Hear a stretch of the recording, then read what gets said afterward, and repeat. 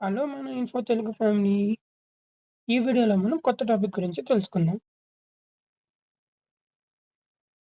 మీరు నార్మల్‌గా టీ షాప్‌కెళ్ళినా, లేదంటే ఏదైనా సూపర్ మార్ట్‌కెళ్ళినా, లేకపోతే ఏదైనా పెట్రోల్ బంక్‌కెళ్ళినా, లేకపోతే డీమార్ట్ లాంటి ప్లేసెస్‌కి వెళ్ళినా, మీరు జనరల్‌గా కామన్‌గా చూసేదేంటి? క్యూఆర్ కోడ్ అనేది కామన్‌గా చూస్తారు. మనం ఫోన్‌లో స్కాన్ చేసి, పేమెంట్ చేసి వచ్చేస్తాం సెకండ్స్‌లో. కానీ మీకెప్పుడైనా డౌటొచ్చిందా? ఈ చిన్న చిన్న white spots, black and whites ఉన్నాయి. బాక్సెస్ ఉన్నాయి కదా! అవసలు ఎందుకు దీని మీద ఉన్నాయి? అలాగే ఈ క్యూఆర్ కోడ్ వెనుకున్న రహస్యం ఏంటి? అసలు ఇది ఎలా పనిచేస్తుంది? అన్ సందేహం మీకెప్పుడైనా వచ్చిందా? ఒకవేళ అది గాని వచ్చుండుంటే ఈ వీడియోలో దానికి ఆన్సర్ చూద్దాం. ముందుగా అసలు క్యూఆర్ అంటే ఏంటి? క్యూఆర్ అంటే క్విక్ రెస్పాన్స్ అంటే త్వరగా స్పందించేది అని. సింపుల్‌గా చెప్పాలి అంటే క్యూఆర్ కోడ్ అనేది ఇన్ఫర్మేషన్‌ని ఫాస్ట్‌గా స్టోర్ చేసి షేర్ చేయడం కోసం క్రియేట్ చేయబడిన స్పెషల్ కోడ్. నార్మల్‌గా మనం ఏదైనా ప్రోడక్ట్ తీసుకున్నామనుకోండి. ఒక పేస్టో, లేకపోతే లేస్ ప్యాకెటో సింపుల్‌గా ఒక లేస్ ప్యాకెట్ తీసుకోండి. రూ. 5 లేస్ ప్యాకెట్ మీరు తీసుకొనుంటారు. ఎప్పుడైనా తినుంటారు కదా! మీరు చూస్తే దాని మీద ఒక స్కానర్ టైపు బార్‌కోడ్ అనేది ఇవ్వడం జరుగుతుంది. అది ఎందుకిస్తారు? దాని లోపల ఏవైతే మనం తింటున్నామో అవి ఎలా తయారు చేశారు? ఎంతెంత వాడారు? ఎంత క్వాంటిటీ ఉన్నాయి అని వాడిన దాంట్లో తెలియడం కోసం యూజ్ చేస్తారు కదా! సేమ్ అదే విధంగా క్యూఆర్ అన్నది క్రియేట్ చేయడం జరిగింది. కానీ దానికి దీనికి డిఫరెన్స్ ఏంటి అంటే బార్‌కోడ్ అన్న ఇన్ఫర్మేషన్ ఇస్తే స్టోర్ చేసిన ఇన్ఫర్మేషన్ ఇస్తే క్యూఆర్ అనేది అడ్వాన్స్డ్ వెర్షన్ దానికి. అంటే నెక్స్ట్ క్యూఆర్ కోడ్‌ని ఎవరు క్రియేట్ చేశారు? ఇప్పుడు ఈ క్వెషన్‌కి మన ఆన్సర్ అన్నది చూద్దాం. అసలు దీన్ని క్రియేట్ చేయడానికి సోర్స్ తెలియాలి అంటే నార్మల్‌గా అందరికీ ఉండే డౌట్ ఏంటి? క్యూఆర్ కోడ్ అన్నది పేమెంట్స్ కోసం క్రియేట్ చేయబడిందని చాలామంది అనుకుంటారు. అలా కాదండి. అది తప్పు. అసలు కారణం ఏంటి అంటే 1994లో జపాన్‌లో ఒక కంపెనీ ఉండేది. Car manufacturing company. ఆ కార్ మ్యానుఫ్యాక్చరింగ్ కంపెనీ కార్‌కి సంబంధించిన ప్రొడక్ట్స్ అన్నిటిని ఐడెంటిఫై చేయడం కోసం ఒక కోడ్ అన్నది ఒక ఒక ప ఒక పార్ట్‌కి ఒక కోడ్ అనేది ఇవ్వడం జరిగింది. అదే ఇవి ఐడెంటిఫై చేయడం కోసం, ఈజీ చేసుకోవడం కోసం. సో, అలా క్రియేట్ చేయబడిన కోడ్ క్యూఆర్ కోడ్ అయింది. ఎందుకంటే ఎక్కువ చాలా పార్ట్స్ ఉంటాయి కదండీ! బోల్ట్లుంటాయి, నట్లుంటాయి, అలాగే వైపర్స్ ఉంటాయి, రిలేటెడ్ ఆయిల్స్ ఉంటాయి. అయి ఆహ్, ఆయిల్ రిలేటెడ్ పార్ట్స్ ఉంటాయి. చేస్ పార్ట్స్ ఆహ్, ఇంజిన్ ఉంటుంది. ఇంజిన్ లోపల కొన్ని పార్ట్స్ ఉంటాయి కదా! ఇవన్నీ ఐడెంటిఫై చేయాలంటే టైం పట్టేస్తుంది.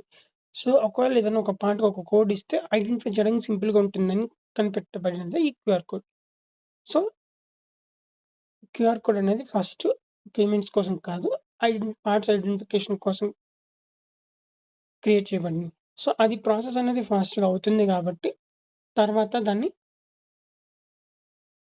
పేమెంట్స్ కోసం యూజ్ చేయడం జరిగింది. సో, సింపుల్‌గా ఇది.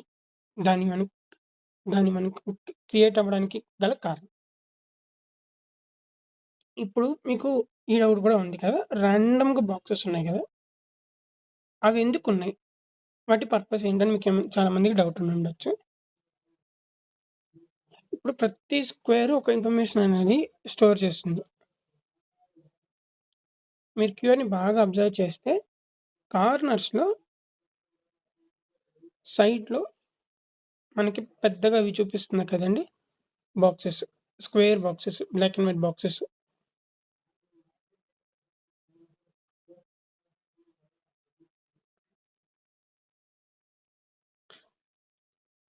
మన యొక్క డేటాని మనం కెమెరాతో కెమెరా యూజ్ చేసి స్కాన్ చేసినప్పుడు డేటాని ఫెచ్ చేయడానికి అవి ఈజీగా యూజ్ అవుతాయి.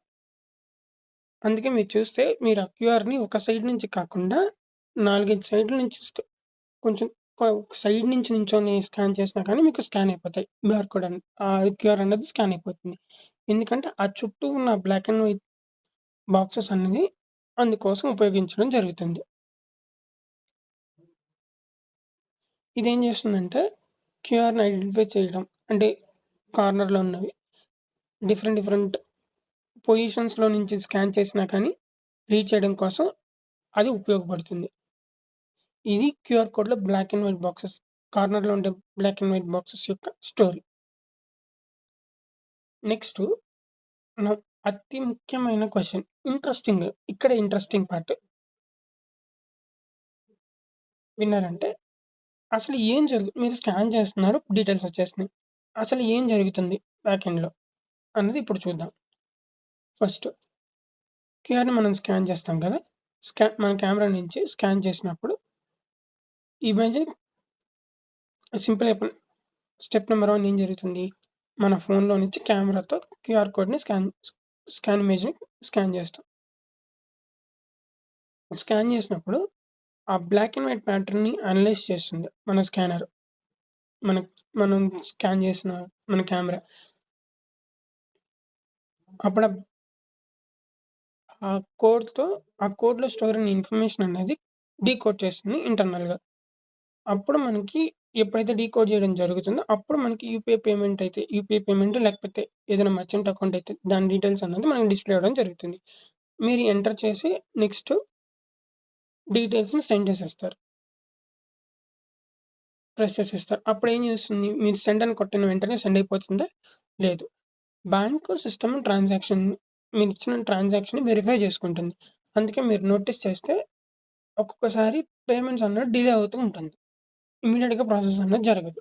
పేమెంట్ ప్రాసెసింగ్ అని చూపించి లేట్‌గా డిలే అవుతుంది. సో, ఏంటి బ్యాంక్ ట్రాన్సాక్షన్ వెరిఫై చేసి పేమెంట్ కంప్లీట్ చేస్తుంది. ఎప్పుడైతే మీకు వెరిఫికేషన్ అనేది కంప్లీట్ అవుతుందో, అప్పుడు మనకి పేమెంట్ అనేది కంప్లీట్ అవుతుంది. సో, ఇది క్యూఆర్ పనిచేసే పద్ధతి.